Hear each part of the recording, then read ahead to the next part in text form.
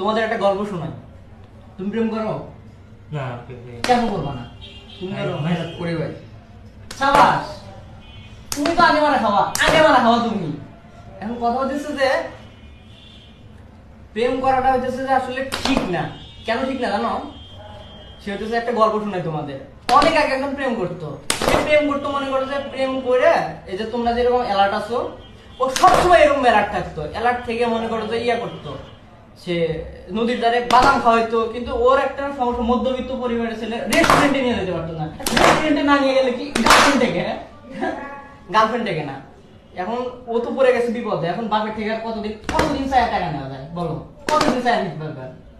এখন তুমি তো প্রেমই করো না, তুমি আর কি চাবা তুমি? এখন তুমি যদি প্রেম করো, হ্যাঁ, তো যে ইনকাম তো আর করো না, তাই না?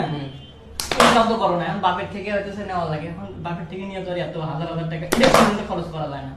তো এই যে অ্যালার্ট থাকতেছো, এখন কাহিনী হইতেছে যদি তুমি মানে গার্লফ্রেন্ড ছাড়া যদি তুমি চাকরি করে যাও, তাহলে গার্লফ্রেন্ড একা একা থাকবো।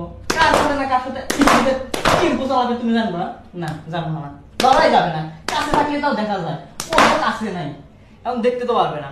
এখন কি করা লাগবে তাতে?